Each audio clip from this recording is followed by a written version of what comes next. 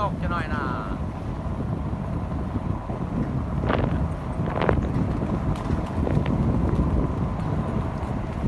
เบิกวิวธรรมศาสตร์เส้นทางไปบ้านทุ่งวายพี่น้องพี่ประมาณนี้โอ้โหเป็นภูเป็นผ้าพี่น้องระยะเส้นทางทางวาระเลขเขตทางวาระเลขส่วนมันเขตของปลูกมันก็เส้นทางมุ่งสู่คนคงทอง